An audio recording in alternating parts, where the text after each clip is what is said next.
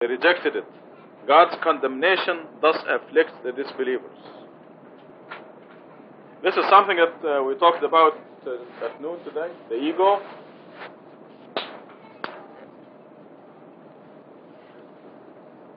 As you see from at the beginning of this book, if you open the cover and go a few sheets, you see that when God alone is mentioned, across from that you see verses from the Old Testament and the New Testament, prophesying the advent of the Prophet Muhammad, the final prophet. You see, Moses in Deuteronomy 18:15 says, "A prophet like me," meaning a message-bearing messenger, "will the Lord your God raise up for you from among your kinsmen." The Arabs and Jews are kinsmen. "To him you shall listen." And in Deuteronomy 18:19, God says, "I will raise up for them a prophet like you." God was speaking to Moses, "from among their kinsmen, and will put my words into his mouth. He shall tell them all that I command him. If any man will not listen to my words which he speaks in my name, I myself will make him answer for it." So there's the prediction of the coming of the Prophet Muhammad to the Jews.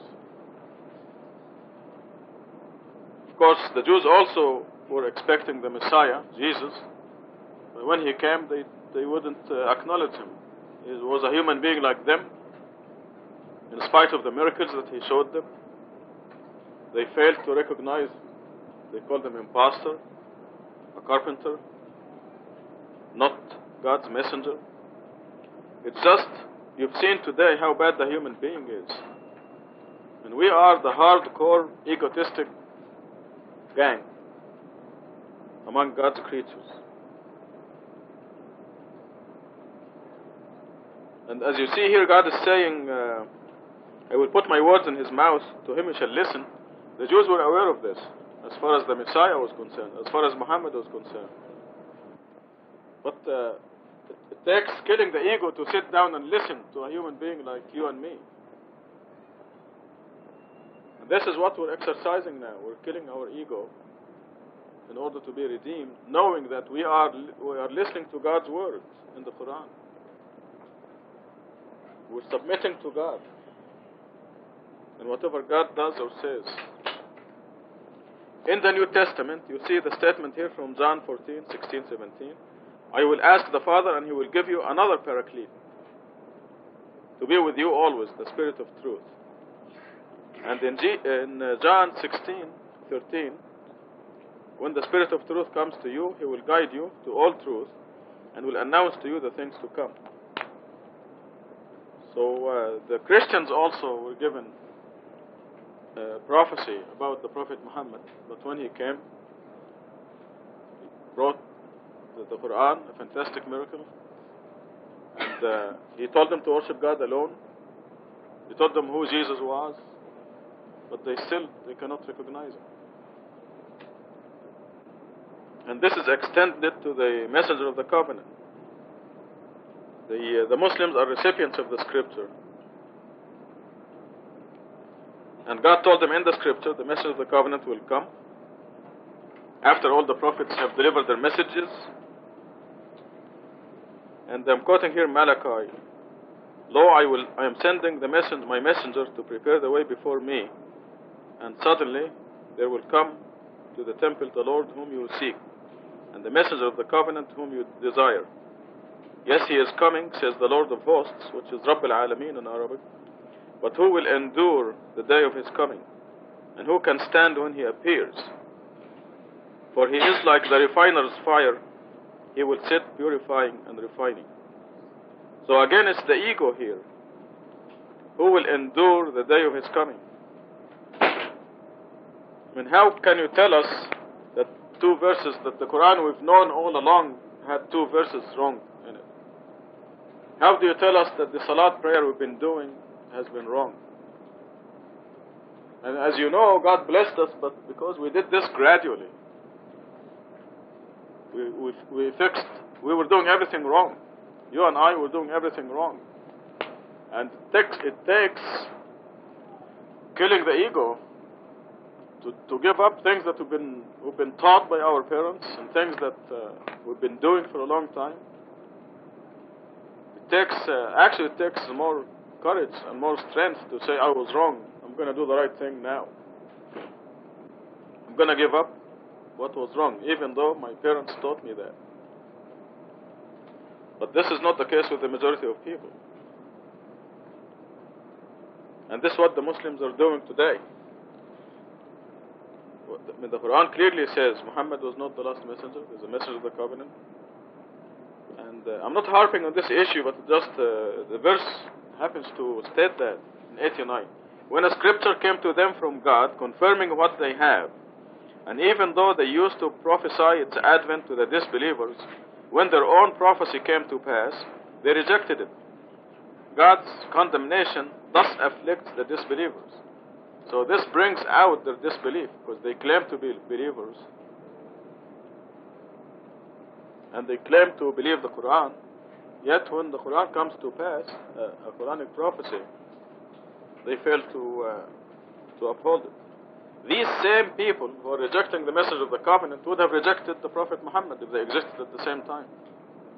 They would have been the first to fight him. In fact, the Prophet struggled for 13 years in Mecca. They were rejecting him, stoning him, banishing him, boycotting him and his followers. I mean, these are the same people.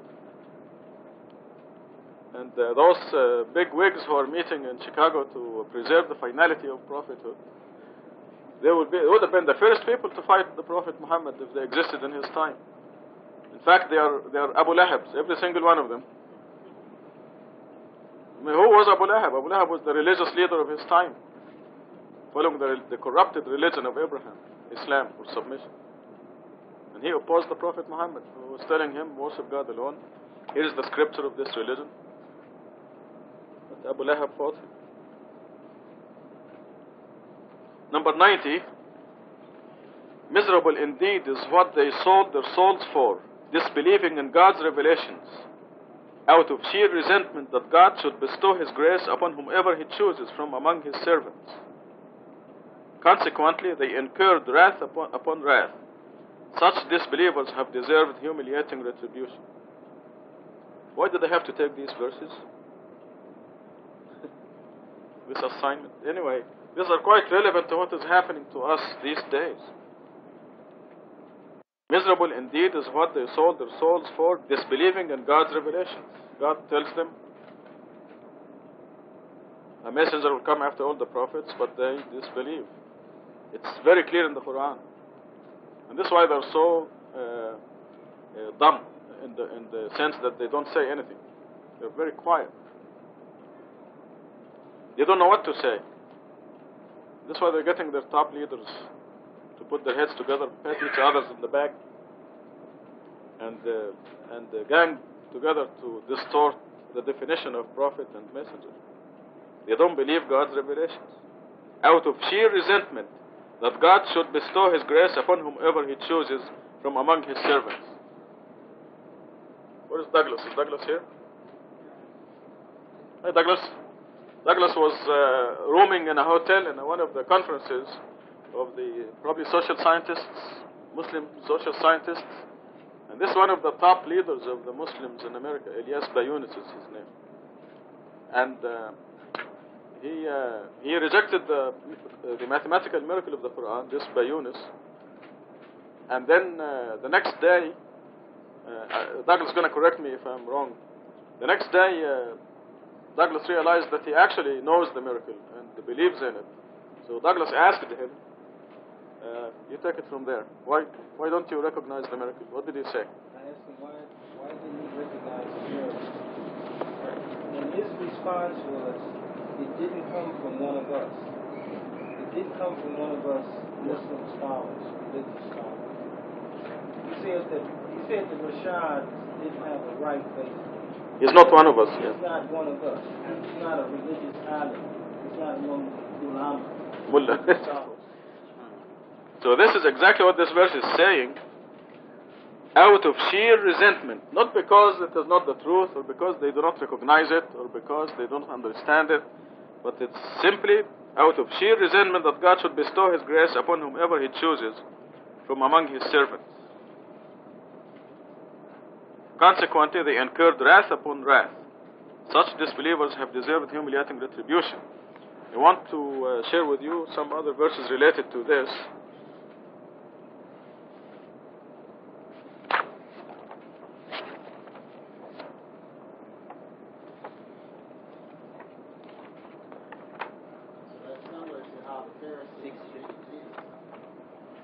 Yep, they're human beings.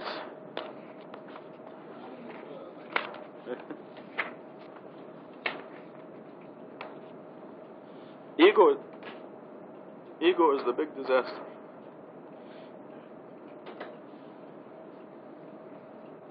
كذلك فضلنا بعضهم لبعض ليقول هؤلاء من الله عليهم 21:36. Yeah, this is a good one too. 6:53. Okay, let's look at 21:36. 21:36.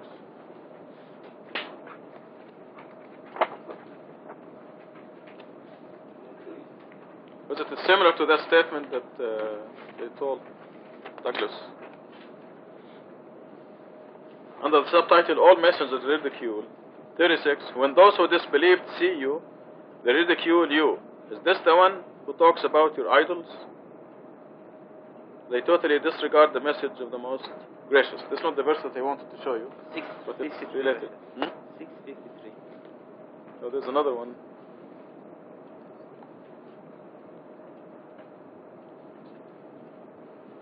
هذا الذي بعث الله رسوله.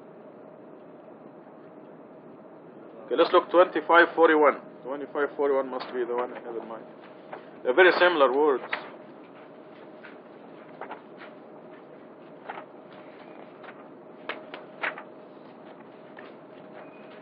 Yes. 25:41, again, messengers ridicule.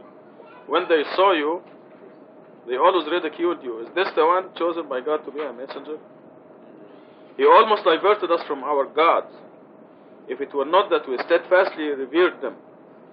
Counsel for preservation of the finality of prophecy. They will certainly find out, when they see the retribution, who are the real strayers from the path. Oh my gosh, 43. Have you seen the one whose God is his ego? Are you going to be his advocate?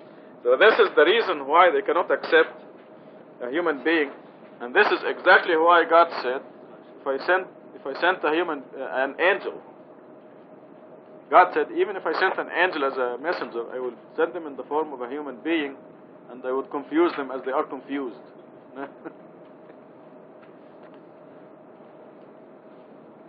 Miserable indeed, number 90, back to miserable indeed is what they sold their souls for, disbelieving in God's revelations, out of sheer resentment that God should bestow His grace upon whomever He chooses from among His servants. Consequently, they incurred wrath upon wrath. Such disbelievers have deserved humiliating retribution. Let me share a couple more verses with you, so we can cover the subject and hopefully not see it for another long time.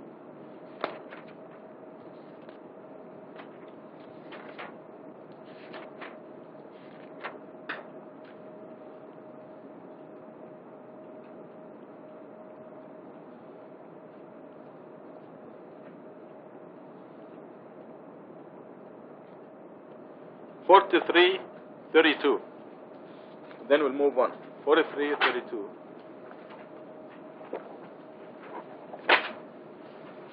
Probably 31. We'll look at it.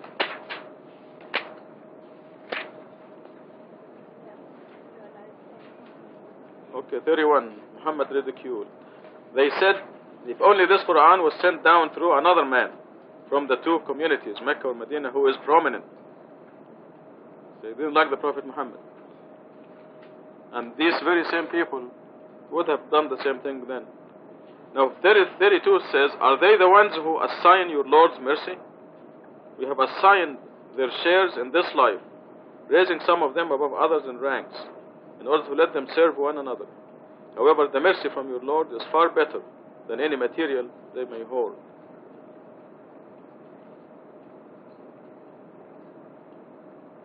But the same idea that applies to material things also applies to God's mercy, as far as if God blessed us to be believers, they cannot do anything if they resent that. 91, back to page 14. 91. When they are told, you shall believe in what God has sent down herein, they say, we believe only in what was sent down to us. They reject subsequent revelation, even if it is the truth from the Lord, and even though it confirms what they have. Say, if you did believe in the revelations given to you, why then did you kill God's prophets if you are truthful? So as you know, the prophets of Israel, almost all of them were killed by the children of Israel. Lessons from Israel, 92. Moses went to you with profound miracles, yet you worshipped the calf in his absence, and you turned wicked.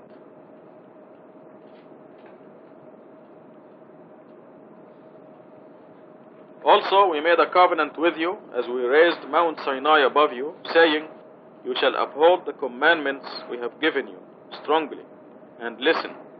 But they said, we hear, but we disobey.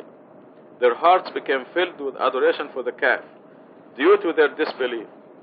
Say, miserable indeed is what your faith dictates upon you, if you do have any faith. 94.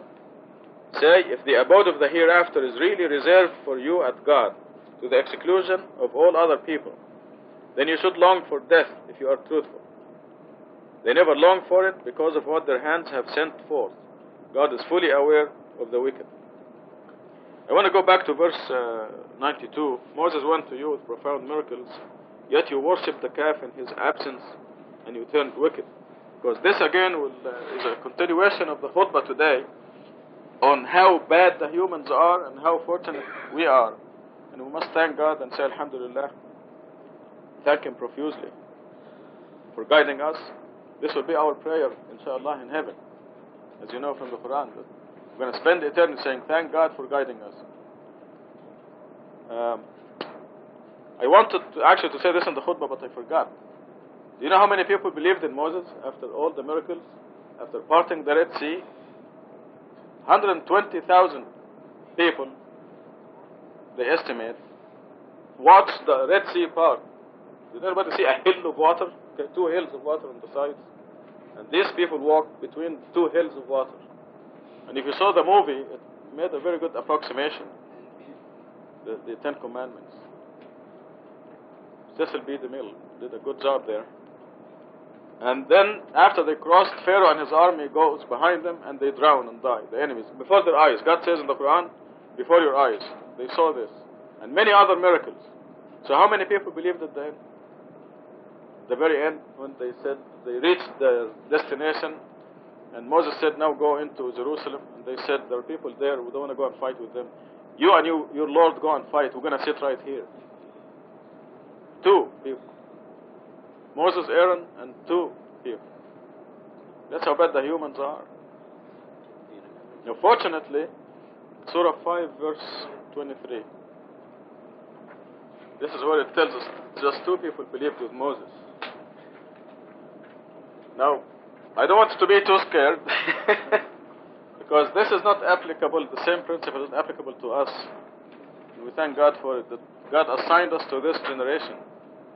We are very fortunate, because the last surah in the Quran revealed, Surah 110, is 19 words, and talks about entering God's religion in great numbers. And this is applicable to us. The first verse is 19 letters, and the whole surah is 19 words. But at the same time, don't be lax. You must watch your ego. Because making it, as you see, and worshipping God alone and killing our ego is the greatest triumph. We've made quite a few mistakes. Initially, when Satan wanted to be a god, we made a big mistake. When God gave us another chance, we made a bigger mistake. And you've seen the You've seen the proportion of and how bad the humans are.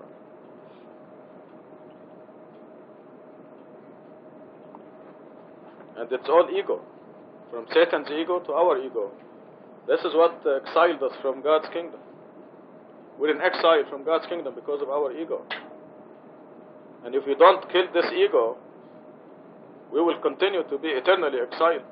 Now this is our last chance in this world. It's our last chance. I mean, God is giving us a taste of what hell is like. This is halfway house to hell. It is.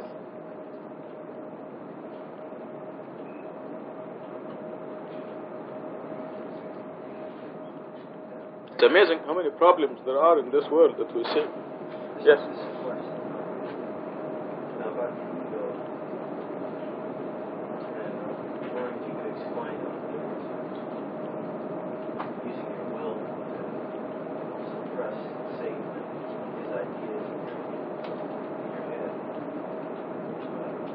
If you ask for repentance, this is for me. Sometimes I ask for repentance and for a sin that I've done, told a lie or something, and I find, sometimes Satan brings it back.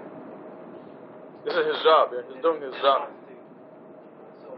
He uses reverse psychology. He tells you, you're bad, you're bad. But I don't know whether to use my ego, not in a negative sense, to fight Satan, or to, just sometimes if I just let it go, I'm weak and I don't continue. I don't fight. Yeah. Well, what you need to say to Satan is that you believe God when He says repentance wipes out the sins and turns them into credits, and don't let Satan trick you into saying that or giving you a guilt complex over an old sin or a new sin. No, it's not. But that's one aspect of repentance, but I mean for the future. yes, To continue to be strong and to grow in righteousness. right. I mean, I find myself trying, sometimes I'm stubborn-minded against Satan because I don't, I know like I've made a mistake, but I don't want to do it again, so That's what repentance is all about. Is you pledge that you'll never do it again, but being a human, you probably will do it again a few times until you realize that the price is too high, the pinch is too painful, or the price is too high. Then you will. God knows. God will guide you. God says. God gives you the means to fight Satan, and they are worshiping God regularly. You must maintain the 5 prayers, the fasting of Ramadan. You must be conscious of God, the commemoration of God every chance you get. God must be on your mind the majority of the time. Because one of the khutbahs that you missed was, who is your God? And the answer is, whatever you're thinking of most of the time, that's your God. So God gives us guidelines in the Quran as to how to keep God in our mind the majority of the time. Like saying, Insha'Allah, MashaAllah, Alhamdulillah, Subhanallah, in English or Arabic, or in any language, as long as you think about God most of the time. So reading the Quran, you have to read the Quran every day, at least 2 pages every day. And I know you do that. Where is your copy of the new Quran? I don't embarrass you. We have copies here. I just wanted to. Okay. I just wanted to understand the mechanism of the will. The will. We're responsible for fighting Satan with our willpower. Right. I mean, is that correct? Yep.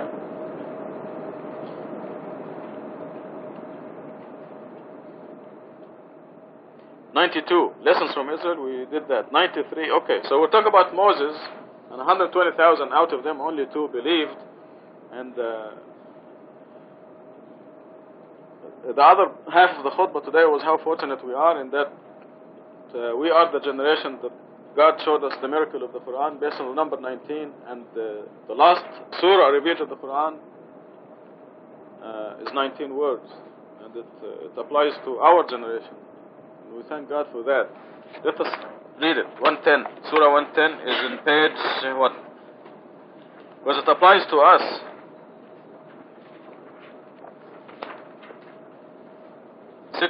Page 603. Surah 110 is triumph. The greatest triumph is to denounce our crime and believe in God alone and worship Him alone. Last surah revealed. In the name of God, most gracious, most merciful. When triumph comes from God and victory, 19 letters in Arabic, you will see the people embracing God's religion in throngs. You shall glorify and praise your Lord and implore Him for forgiveness. He is the Redeemer. So this is the good news. We just have to be careful not to blow it this time. We blew it before a few times. This is our last chance, and we better not blow it.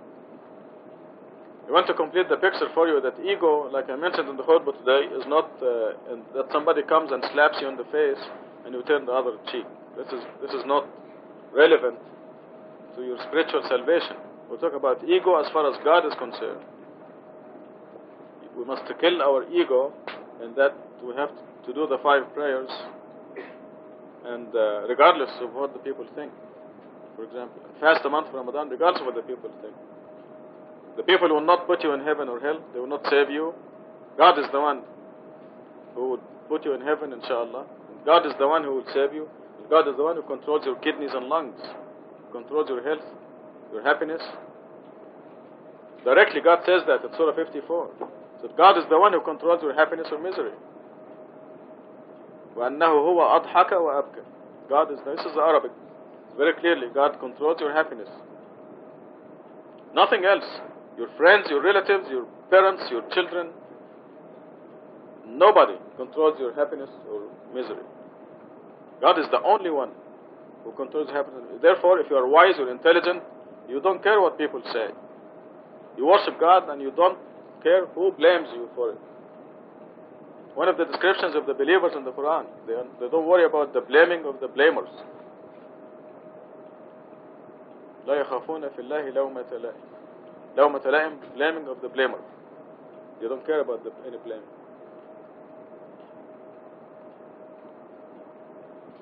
It's very important not to blow it this time. What? Give you the لومة لائم. Damn it.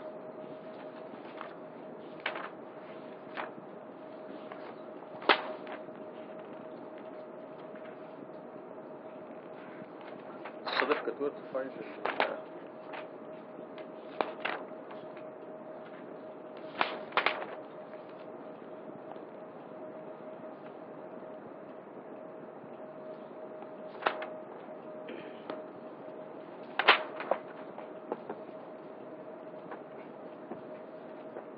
Let's look at the khaf.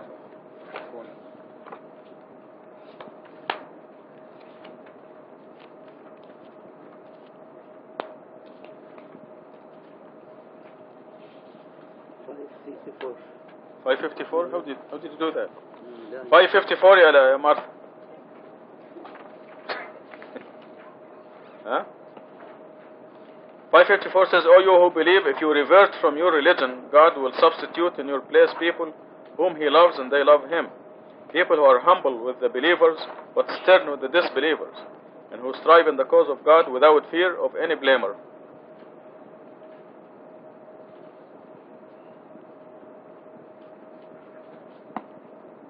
There's another verse also that is even clearer than this, but this is good enough. I'm glad we read this verse here. O you who believe, if you revert from your religion, you know, when you shy away and you don't practice your religion, this is reverting. God will substitute in your place people whom He loves. God doesn't care only if you believe that He cares about you. God will substitute in your place people whom He loves and they love Him. People who are humble with the believers and stern with the disbelievers. This is what I was talking about. If somebody slaps you in the face. You know, with the believers you're a pussycat. But with the disbelievers you're a lion. It takes killing the ego to be humble with the believers. And you don't fear any blamer. Such is God's blessing. He bestows it upon whomever He wills. God is bounteous, omniscient.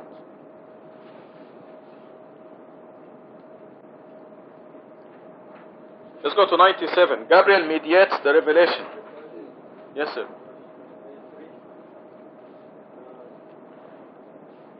The verb, he raised Mount Sinai above you. Mm-hmm.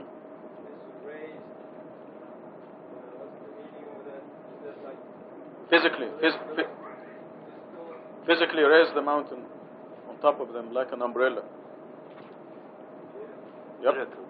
That's one of the miracles. They've seen miracles. Only 2 believed in the end. That's how bad they are. I mean, God raised the mountain on top of them as a sign that He is speaking to them and made a covenant with them. The 10 Commandments. It also can be understood.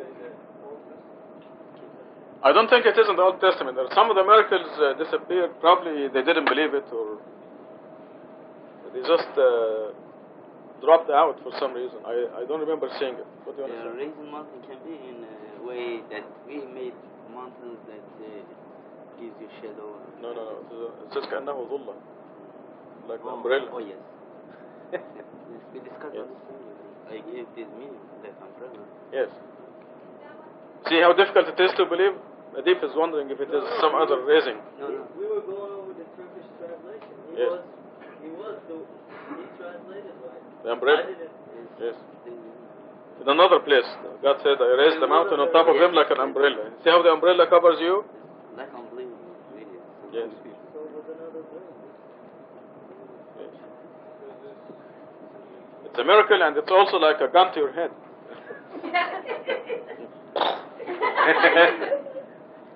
In desert, they need shadow.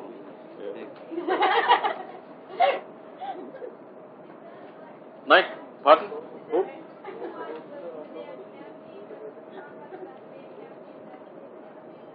Who's this? Hi, Donna.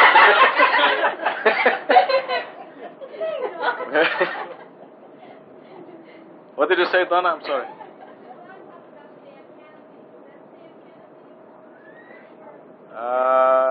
Yes. Yes, exactly. Twice in the Quran it is mentioned. It can be also the day of the umbrella. Yawm al-Dhulla.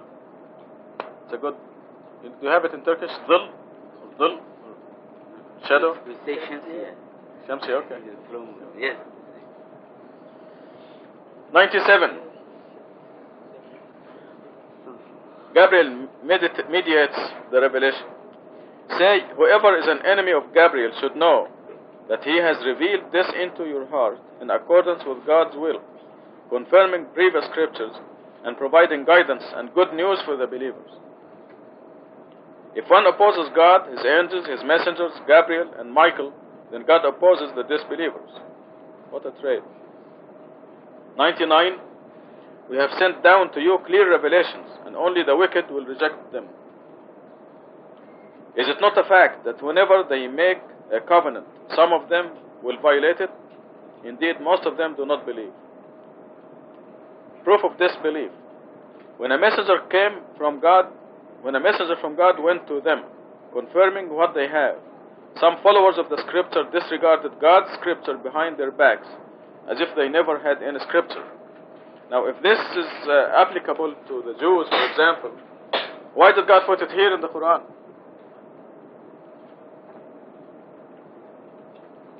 Because all the interpretations, understanding is that this is directed to the Jews, which is perfectly alright. But why did God put it here? It's for us to read, right? Sure.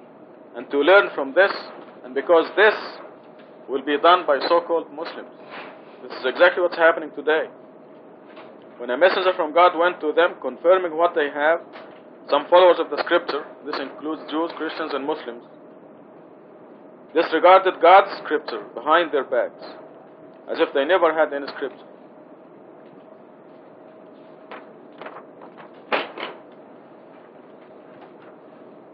The announcement that I mentioned today at the khutbah does not have the name of God in it whatsoever.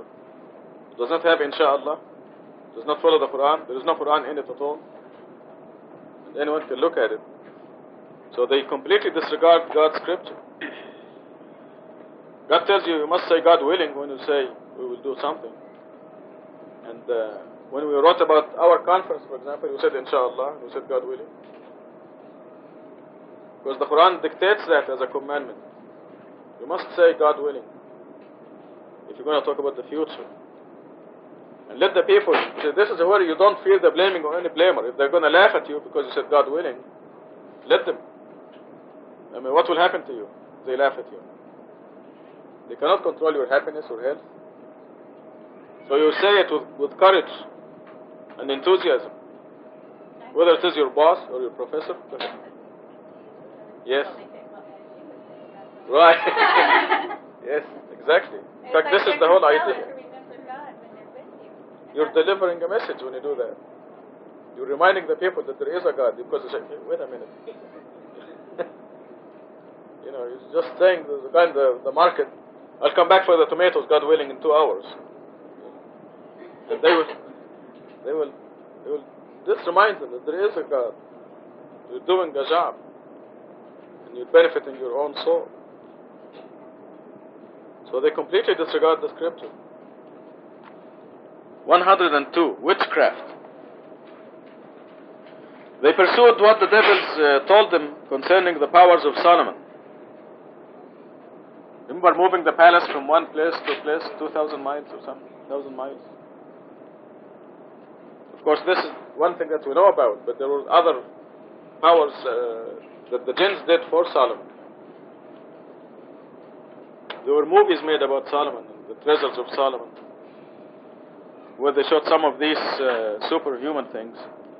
Solomon, however, was not a disbeliever. In other words, he did not abuse the power that God put at his disposal, while the devils are disbelievers. Thus, they taught the people witchcraft. What is witchcraft? And magic. It's using the jinns. It's no big deal, actually. I think I could go to the library and learn magic, witchcraft. There are many books on witchcraft. In fact, you don't need any books. You can sit in a room and talk to the jinns until they respond to you if you want to get in trouble. Because they are in the same room with you. And if you talk to them long enough, some rascal jinn passing by who wants to have some fun will respond to you. And like Surah 72 tells us, they will give you trouble in the end because they're much more powerful than you, I can tell you that. So you can imagine an invisible lion passing by. And you're trying to pet him or something. But he's invisible. They're much, much more powerful than the lion. So it doesn't make sense that they will be your slave. They will fool you for a while. They will do certain things for you. And this is why those people that you see on the TV, they don't last. Because jinns will not serve them for too long. Maybe a few months and then they disappear. Otherwise they would have been big hits. And I remember one of them, when the election was between Carter and Reagan, this ESP fellow, using the jinns, was on the Today Show 2 weeks before the elections. And he gave Jane Pauley, is that her name? Yeah. He gave her an envelope, sealed envelope, and he said this envelope will have who won the elections and how many votes. If it is Reagan or Carter, and how many votes. I will come back on the election, the next day of the election, we'll open the envelope and you're going to see in it the winner and the number of votes. And unfortunately, I didn't see that program, but he probably came and they probably opened the envelope and saw that the winner was Reagan and how many votes.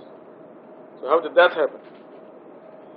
They show you on TV somebody who's standing on a stage, and some person in the audience will take his wallet out, and this fellow on the stage will read what's in the wallet, the money, the driver's license.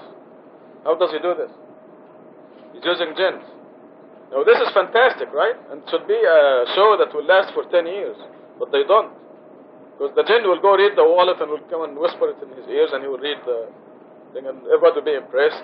But next week, when he wants to use the jinn again, the jinn will say, hey, wait a minute. Who do you think you are? And they will not cooperate. Surah 72. Usually it is the last time you see them on the TV. The jinn is having fun, national TV. impressing the audience and all that. But they don't last. For one thing, they can take a trip that is 10 light years away. Then they lose their their cooperating entity. So I want to go back to 102.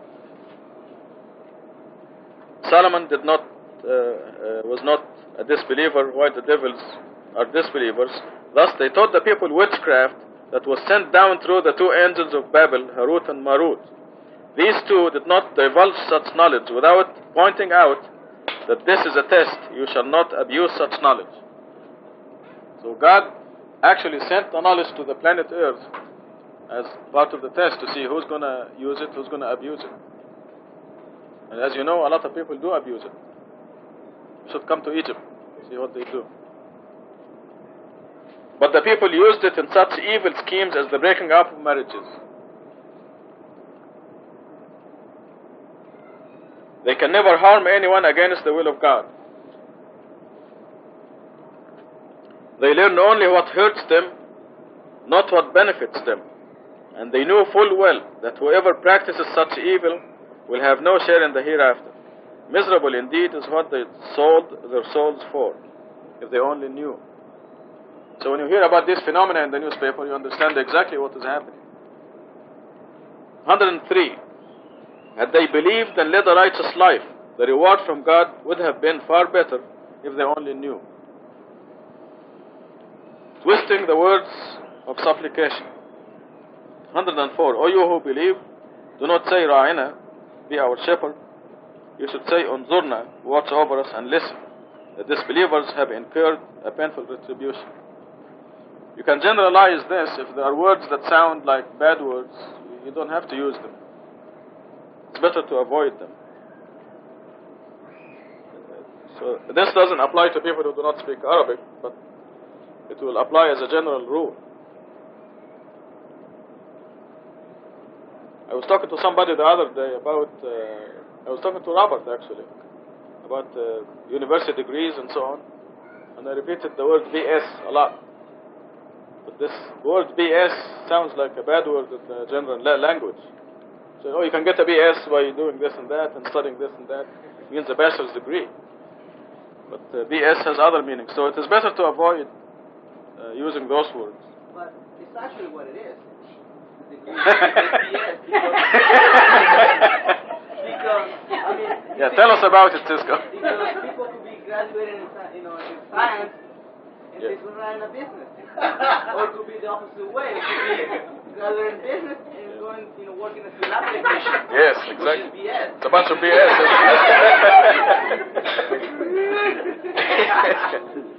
I'm just giving an example. Where is Robert? I thought Robert was here. Oh, Robert is there. Okay. 105. Jealousy condemned.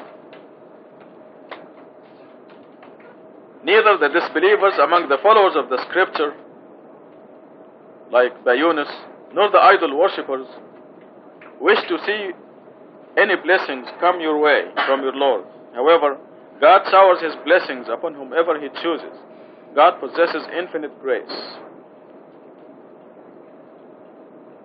I think I'm very proud of Apame and Narme, for example, because they went through so much jealousy and people harassing them.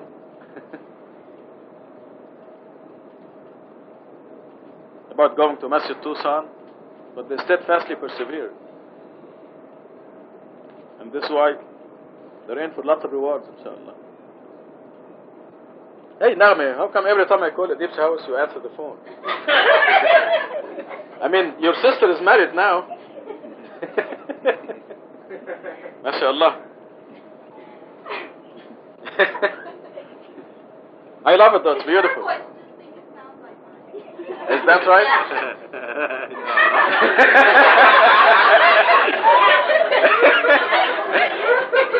See, they are cooperating. But then how do you explain it when Afame is here and they call and you answer?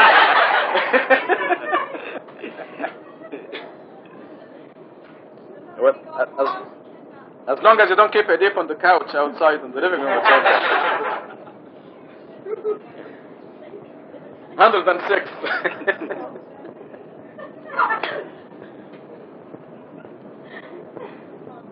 Alaikum salam.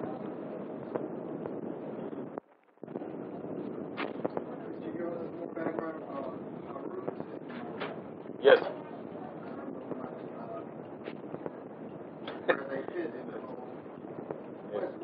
What did they teach you? They brought the knowledge of witchcraft to the planet Earth, and they taught a few people, and they spread it around until it was imported to Boston, Massachusetts. How long ago was it? 100 years? The witches. Huh? Yes. It's just, God sends information to the earth through angels. And Harut and Marut happen to be the angels who carried the knowledge about witchcraft here. Because it's a definite science.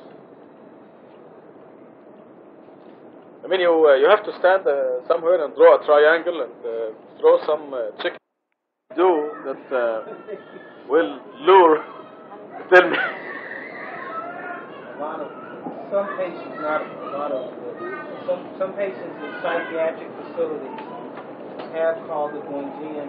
Yes. And they're in the psychiatric facilities because they become victims of jinn. And they walk around in the units. You can definitely see they're possessed. And at any moment you can see the jinn playing. Feel liable just. You see it every day. Yes, we do hear about all these phenomena a lot. But there are people who actually practice witchcraft. And that originally came down through these two angels, Harut and Marut. So you know everything about it.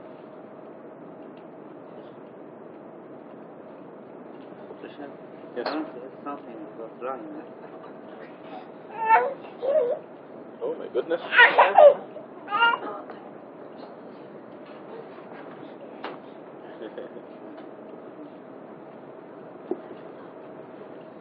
Go ahead. About the word Raina in verse 104, be our shepherd. The word by itself is not dirty word, but the meaning. In Hebrew it was. Do you know Hebrew? I don't know Hebrew. So how do you know it's not dirty word? Listen, Go ahead. my understanding is, Yes. I don't know if it's correct or not. Raina means be our shepherd, and those people who use this accept themselves as sheep, and No. this is. No, it's in Surah 4. See, if you look at 446, Yes. it tells you. But let's not look. I don't want to waste time on this one. But it just in the Hebrew language, it sounded like a dirty word. Pardon? Raina is Arabic, but you can say an Arabic word that's dirty in English, and vice versa.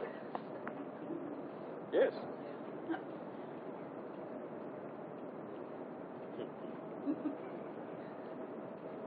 Why are we laughing, Emily?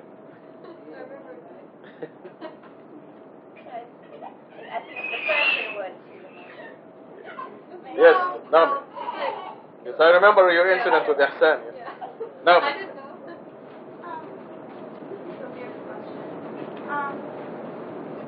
I know that nothing happens because of uncontrolled stuff. And here it says that they use their evil in as the breaking up of marriages. They can never harm anyone against the will of God. Mm-hmm. So, like, when people are divorced or something, like, God willed it to happen. I mean, I don't understand, like, how that could be used. Okay, you're forcing me to give you a real life story. Okay, there's a person who uses witchcraft and tried to harm me in this way. And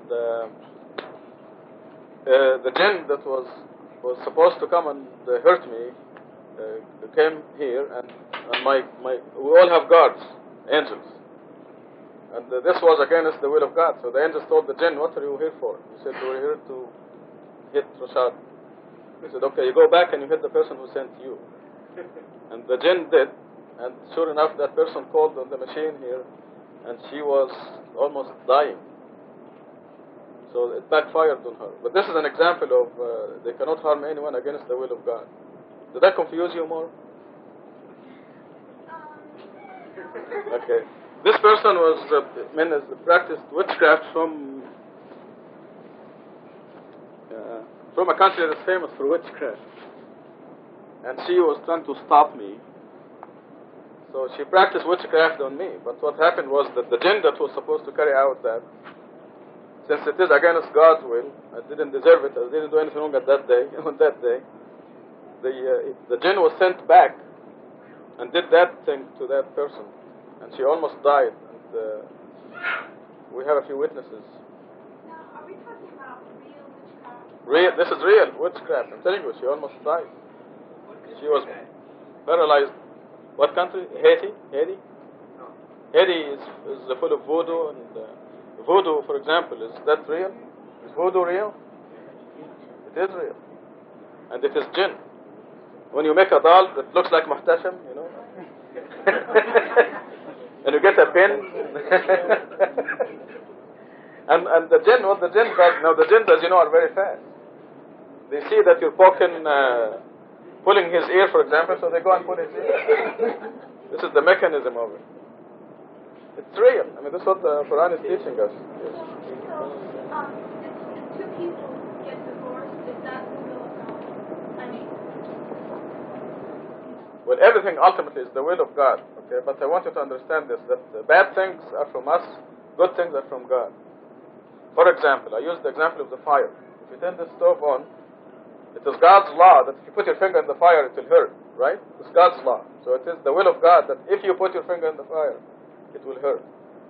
But if you use the fire to cook your burned rice, the Iranian people burn the rice at the bottom. You know, they don't know how to cook rice. So they, if you can use the fire. they just wait till there's ramen. I need to see all their faces. They're going to have tons of burned rice. Alright, now all the person's going to boycott. That's my favorite part, the burned rice. You know, at first they will think, oh, the dumb guy, you know, he doesn't think we do it on purpose. But anyway, so you can use the fire to cook your food or to burn your finger. So if you use it to cook the food, it's from God.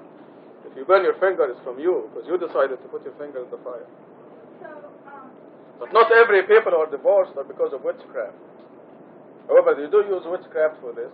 If it is in accordance with God's will, if these people are out of God's protection, the jinns will bother them. But when you are in God's protection, nothing can touch you. They cannot touch you. What if individuals have tried to, hurt, two other people, and they were hurt for a while, and then it got better, and the other person backfired on them, and they were ultimately the ones, who were solving the problem, but still they were hurt, for the time being. Yes. I don't know if it was witchcraft or not, but whatever. That was in accordance with God's will. They were not protected at the time, for some reason.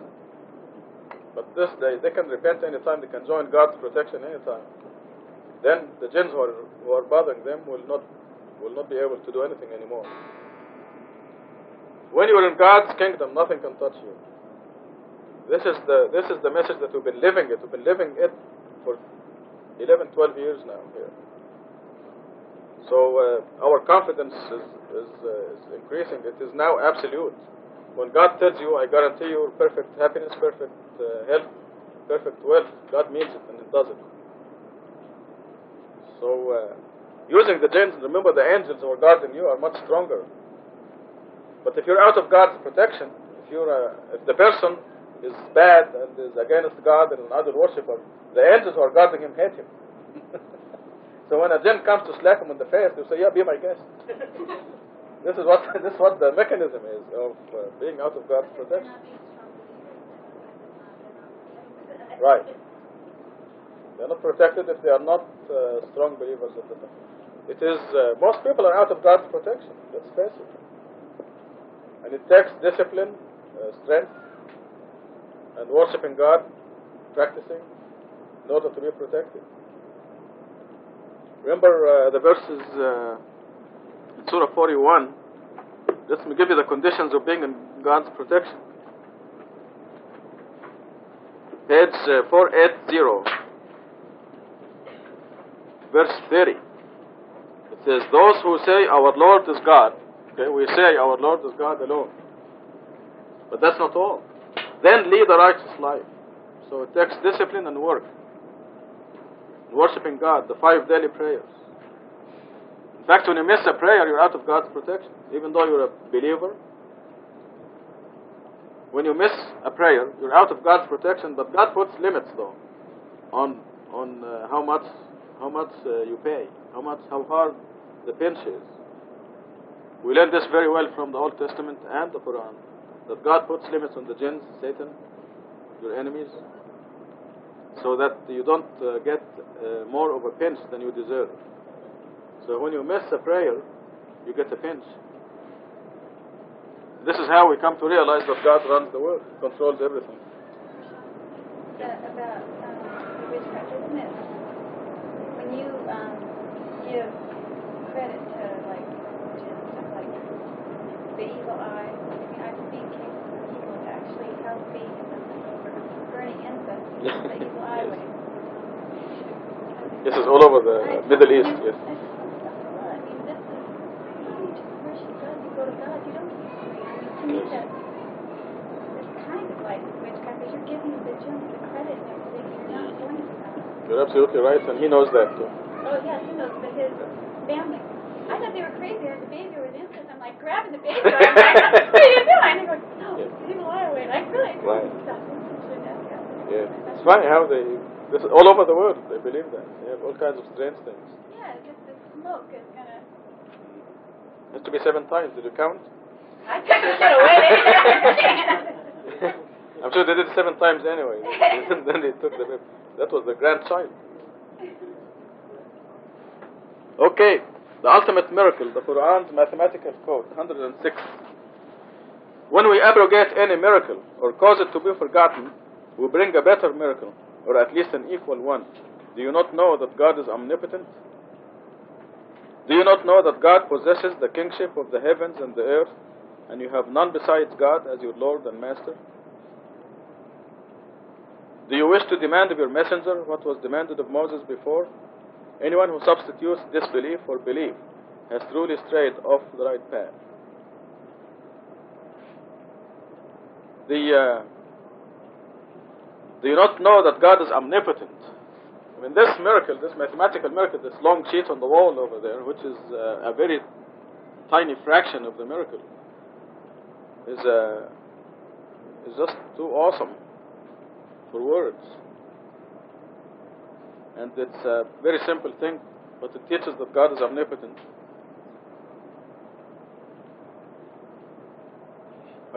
I can't describe it in words. How can you manipulate the numbers in this way? The physical structure of the Quran, 114 surahs, every surah has a specific number of verses, and you put these numbers in any combination, and it comes out a multiple of 19. It's almost a physical impossibility. Of course, it is not a physical impossibility because we see it, but for the humans and the jinns, it is a physical impossibility. God's greatness is indescribable.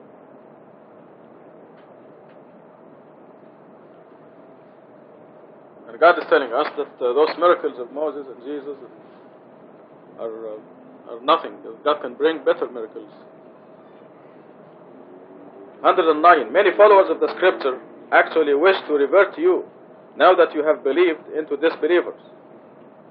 This is due to jealousy on their part. After the truth has become evident to them, you shall pardon them and leave them alone until God issues His judgment.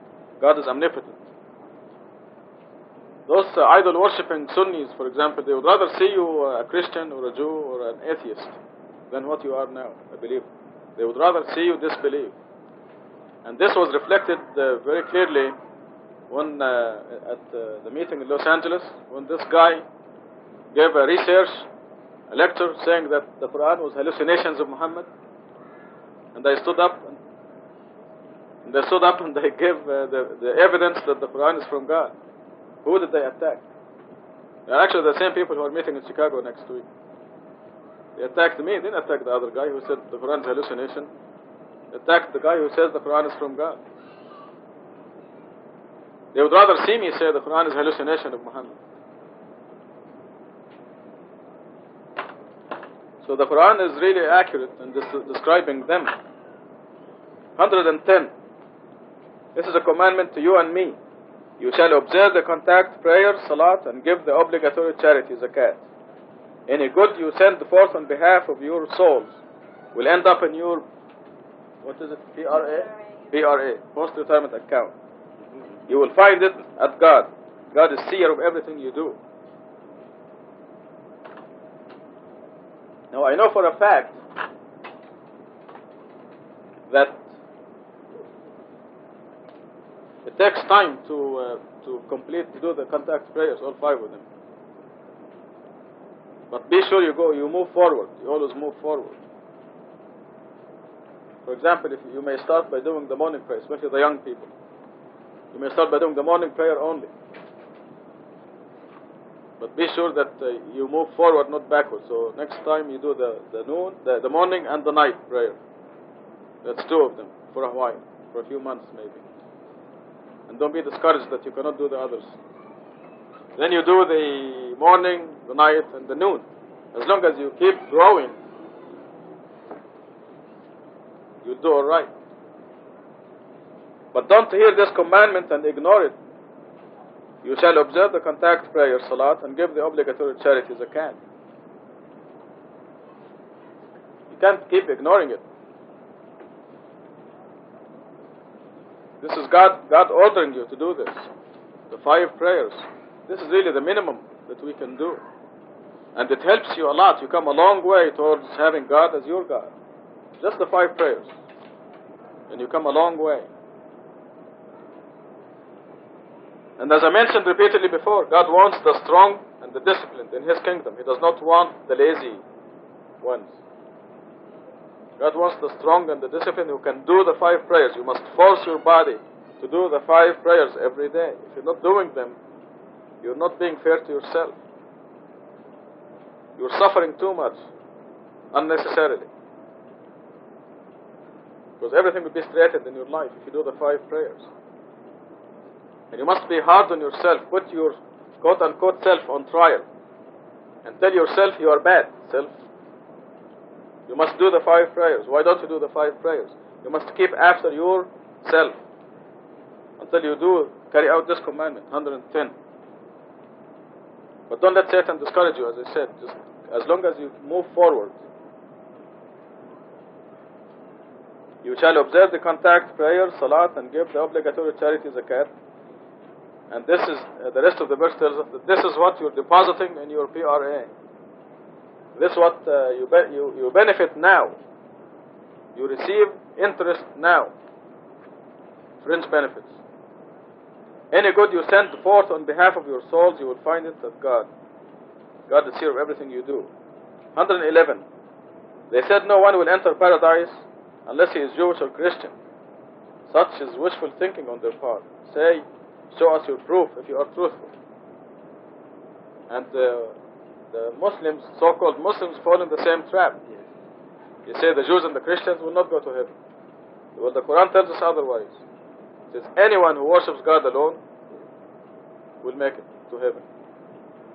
The criterion is to worship God alone. There's a book circulating in the United States now that was written in Saudi Arabia, and in it they say if you meet a Christian or a Jew, you must ask them to repent. If they don't repent, you must kill them. This is in the book. Yes. It's a book entitled The Muslims Believe. Imagine that. It's unbelievable, right? I mean, I don't blame you if you don't believe me, but this is true. You can come and read it for yourself. I have it. I have the review of it on my desk. It's incredible. Doctors. Huh? Yes, both of them, yes. Doctors. The translator and the writer are both doctors from WAMI. World Assembly of Muslim Youth. I was a member of this. You what? Yes. Deep used to be a member of WAMI. Don't worry, we all were.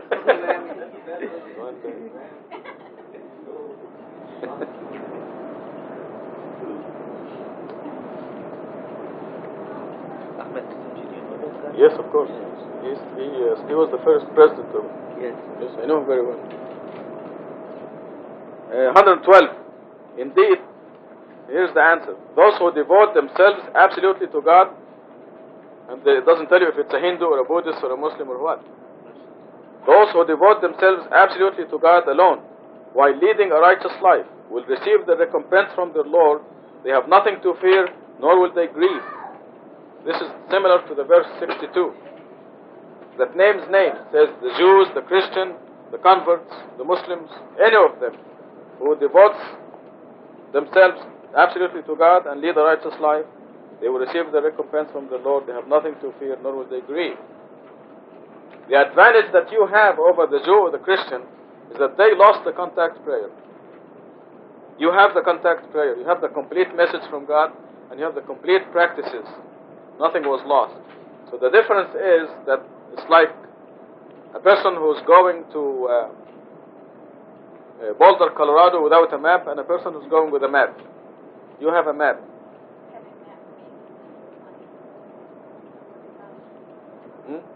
Like they don't have They have a map from 1800. They don't even have the map. They lost it. Surah 19. So God says He will give him credit for any worship that they do, but it is the hard way. It takes longer. They don't grow at the same rate as you do. Because what you're following, did you see the mathematical coding of Al-Fatiha? You don't have Al-Fatiha. God gave us this, and it causes you to grow much faster, more efficiently. But they get credit for worshiping God alone.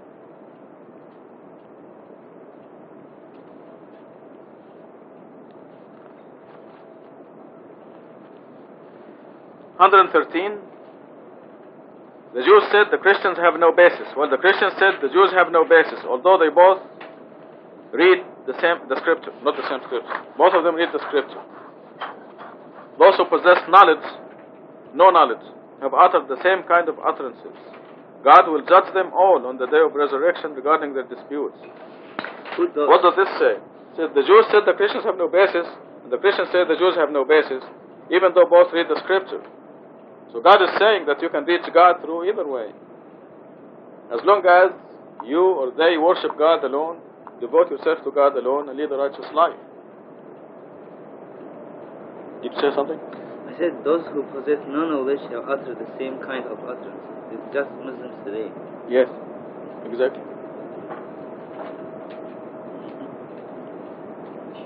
Yes, sir.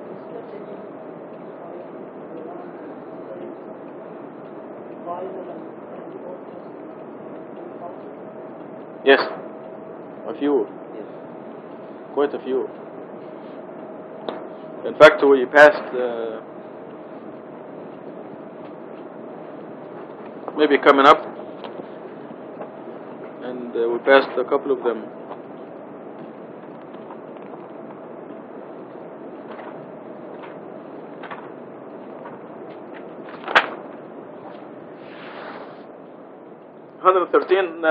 Okay, 114. You shall frequent the mosques. This is why we are here. Who are more evil than those who boycott God's mosques, where His name is commemorated, and contribute to their desertion? These ought not to enter therein except fearfully. They have incurred humiliation in this life and severe retribution in the hereafter. So we must encourage each other to frequent the mosque. The Quranic study is a perfect example. Of course, the people who need this advice are not here. 115. To God belongs the east and the west. Wherever you go, there will be the face of God. God is omnipresent, omniscient. You must also observe God wherever you may be, in addition to coming to the mosque. Gross blasphemy. They said God has begotten His Son. Be He glorified. Never. To Him belongs everything in the heavens and the earth. All are subservient to Him. Of course, as we increase, our knowledge increases, and we realize how vast our universe is, and how vast the other universes are, and that they're all in God's hand. With this knowledge, we realize how ridiculous such a statement is.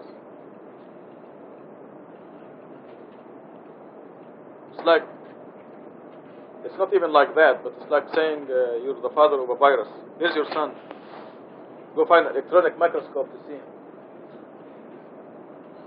Your dear son. Don't you love your son? end. Right here. On the tip of my finger. There are a few viruses probably. So ridiculous.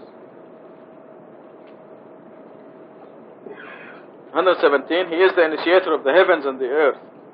To have anything done, he simply says, do it be, and it is. Those who possess no knowledge have said, if only God could speak to us, or some miracle could come to us. Others before them have uttered the same kind of utterances. Their minds are similar. We do manifest the miracles for those who have attained certainty. This is a very important principle. When you attain certainty, you see miracles. 119. We have sent you with the truth as a bearer of good news as well as a warner, and you are not answerable for those who have incurred hell. I'm going to stop right here. Dr. Sabah, you want to take the Quranic study next week? Did you say only one? Huh? Okay. You don't want to take the Quranic study as well? Okay. Oh, you will not be here? Oh, okay. Where is Lori? You didn't come last week, right? You did? Oh, I thought you had a football game or something. In fact, I meant to call you the next morning, then I forgot. Oh, okay. I thought I asked a few people, but anyway. So, Lori will give us the Quranic study next week, inshallah. Thank you.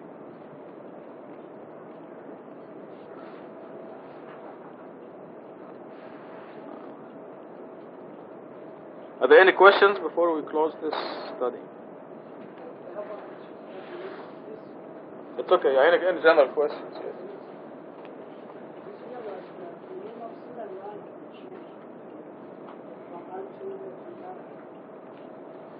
Was it? Yes, it is divine. Yes, and it is Bara'ah. No, it was Bara'ah until about 100 years ago. And they changed it. So what I'm doing here is take everything back to the original, including the names of the surahs. The names of the surahs are divine. No, I didn't need to because it is known actually equally as Bara'ah and Tawbah. So I didn't. That does not change the name. It probably does. Probably does. But we're not aware yet of it. Because the names must stay the way they came down. The names of the surah so far have been any other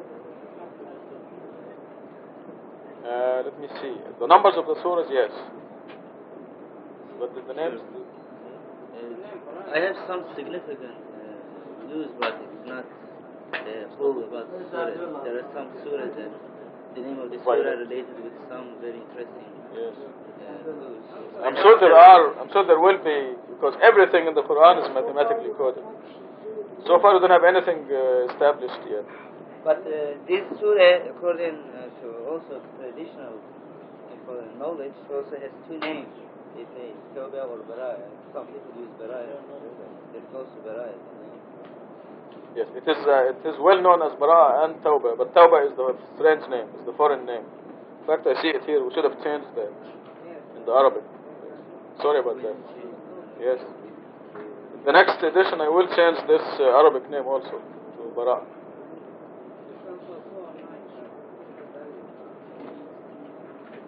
Yes, I'm sure there is some mathematical basis for it. That's a good question. Yeah, the names of the surahs was divinely inspired. That's why this is the heifer, for example, and not anything else. Even though there are many important subjects in this surah. But if you look at the old books, all of them say Bara'ah up to 100 years ago. Then this name Tawbah started to appear in the less than 100-year-old books. Any other questions? Well, let us... we're celebrating Apame's birthday today. He born in 2 days.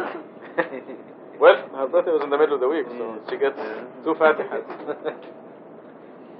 Inshallah. Also, it's a good excuse to have some cake. It's nobody's birthday until October 12 is Gatut this year. The next birthday is October 12, that's Gatut. So, you didn't know that, did you?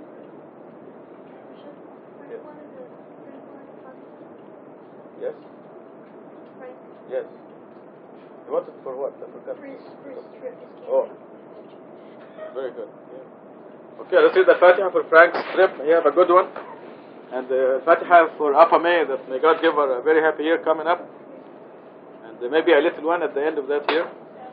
Inshallah. And every year to be even happier, every year after that.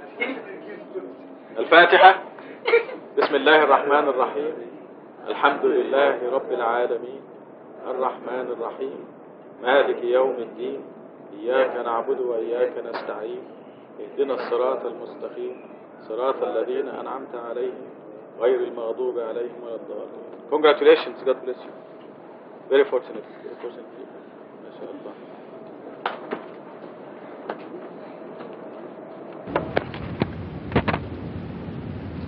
بسم الله الرحمن الرحيم. In the name of God, most gracious, most merciful. Congratulations completing the Quran, and congratulations again starting with the new translation. And I want to tell you right now that this was made obsolete before it came out of the press, which is a very great sign that we must be congratulated about, because we are advancing faster than the press can work.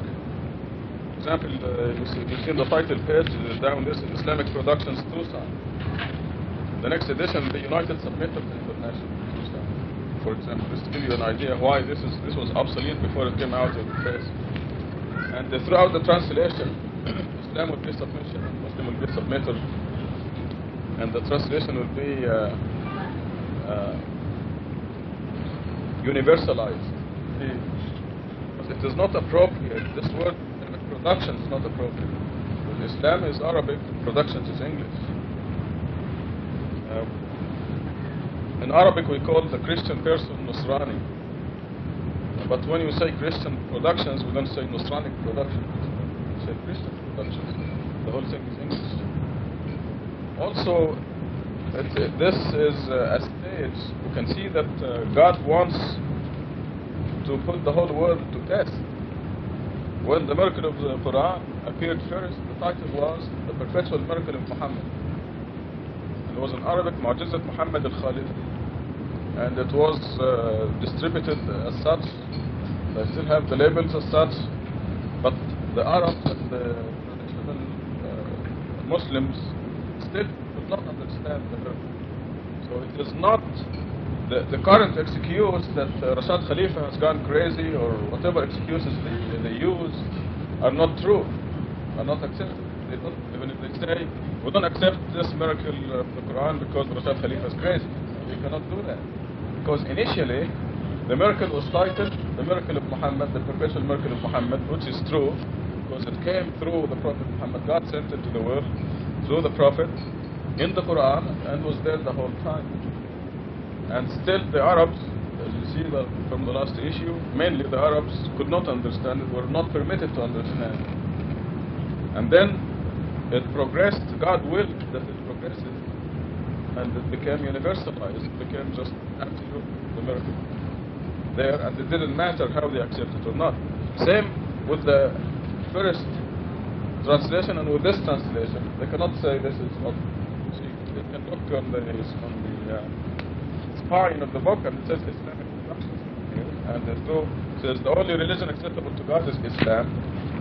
When you just go flip a couple of pages, see proclaiming one religion for all the people. And you can see the translation in the first rectangle saying the only religion acceptable to God is Islam. So even though it is very clearly in harmonizing with their language, you will note pretty soon that they don't accept this translation, because God wants to prove something, prove their defiance regardless of what, even if you agree with them. Because even if you agree with them and you present the truth to them of worshiping God alone and upholding the word of God alone, they are just, they do not have it in their heart. And God will not allow them, does not permit them, as we read in many, many verses in the Quran, God does not permit them to accept the truth.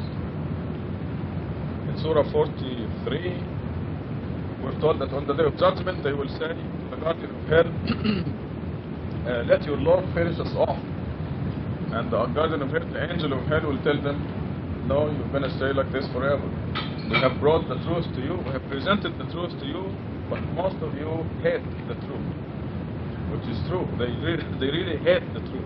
It is something that was incomprehensible.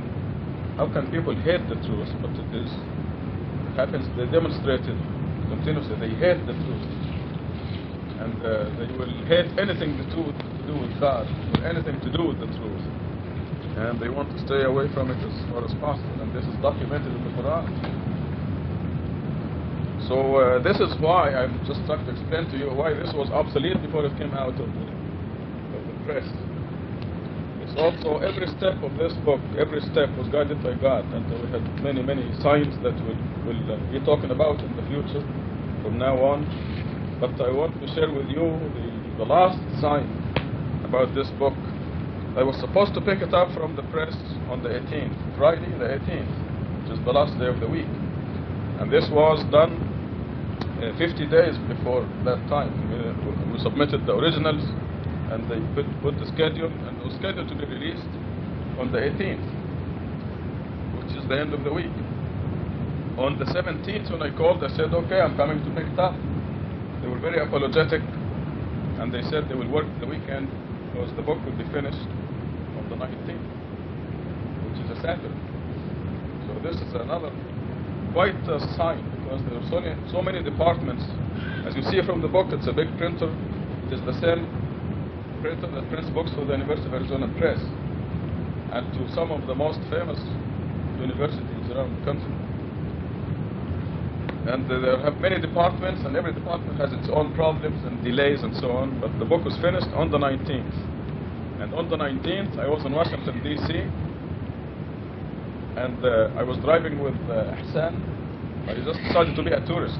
So I went out to the tourist areas, Lincoln Memorial, Washington Memorial, the Capitol, and so on. And we were just leaving Lincoln Memorial, driving back to his house. And all of a sudden, all the license plates, now this may be superstition, but God gives us messages through our superstitions.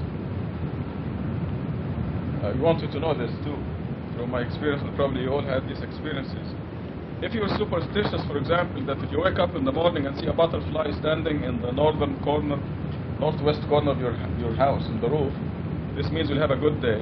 But this is superstition. Then God will speak to you through that superstition. And when you have a good day, if God wants to tell you so, He will send you a butterfly in the northwest corner of the roof of your house. Just want to know. So anyway, about 1 o'clock on Saturday, of August, and I was driving back from Lincoln Memorial, and all of a sudden, all the license plates around us, almost all of them, were divisible by 19 on both sides. People parked, and in the cars parked on both sides, and it was really a very strange phenomenon. I've never in my life seen so many divisible numbers of license plates. I said, what is going on? What is happening?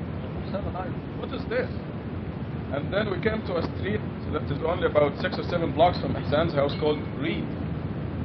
The name of the street is Reed, and at the corner is Perpetual Savings. We have also 2 people from Washington, D.C. They know the area, Gail and Mobile here.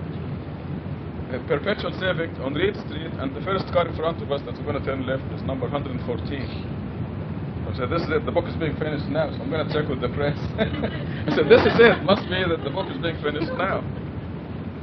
And I, sure enough, when I went there, I said, I'm just curious, when did you finish yesterday? You know, you worked on the weekend, I really appreciate it. And what time did you finish? Oh, between 1 and 2 o'clock. So, we knew that.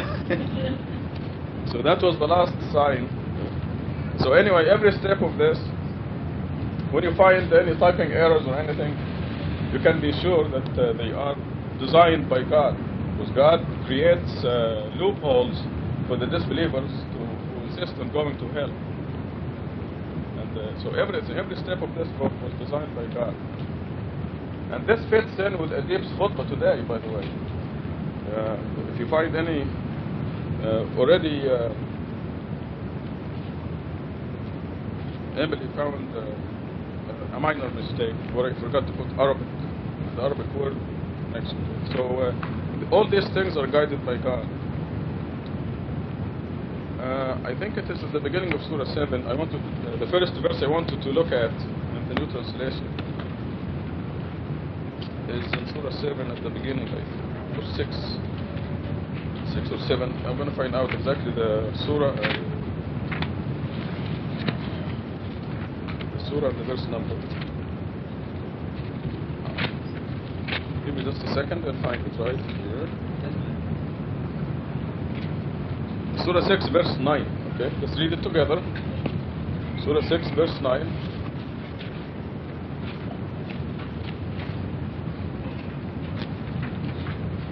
The top of page 129.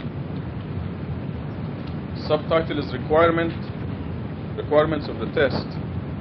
And it says, had we sent an angel, we would have sent him in the form of a man, and we would have kept them confused, as they are confused now. So that was Adib's khutbah today. God said, even if I sent an angel, I would send him in the form of a human being, a goofy one, and confuse the heck out of them, just as they are confused now. So it is a requirement that God... number 10 says, messengers before you have been ridiculed. Those who mocked them have incurred the consequences of their ridicule. It's because the disbelievers, God creates these loopholes for the disbelievers to perfect it. If God sent an angel, the whole world will believe. If there is an angel who's mighty and strange looking, has these powers and so, what is the big deal? What is the test? But we are fortunate in that sense that we are passing very difficult tests at very special times, and I'm passing them along with you. I'm telling you, because more than 90% of the time I'm required, just as you are, to believe certain things that I did not know before in the past. So I know it is very difficult. In fact, I probably was the most lax power. Many of you may have more courage than me, because for 8 years I was a secret agent. Even now I can't bring out the word. So it is just as difficult. I realize how difficult it is. So congratulations to all of you. You're very fortunate people, alhamdulillah, and I know you know it. Okay, we'll just take the book from the cover. Yes. Oh, we planned it this way for a long time. No, that's another good sign, you know, because here, well, the first time we got hold of the new Quran, we're starting from the beginning of the Quran. Yes. By ISBN?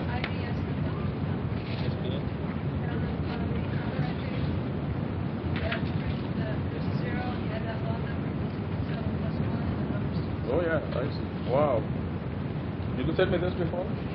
No, you already forgot it, but this is really something. I just thought about that.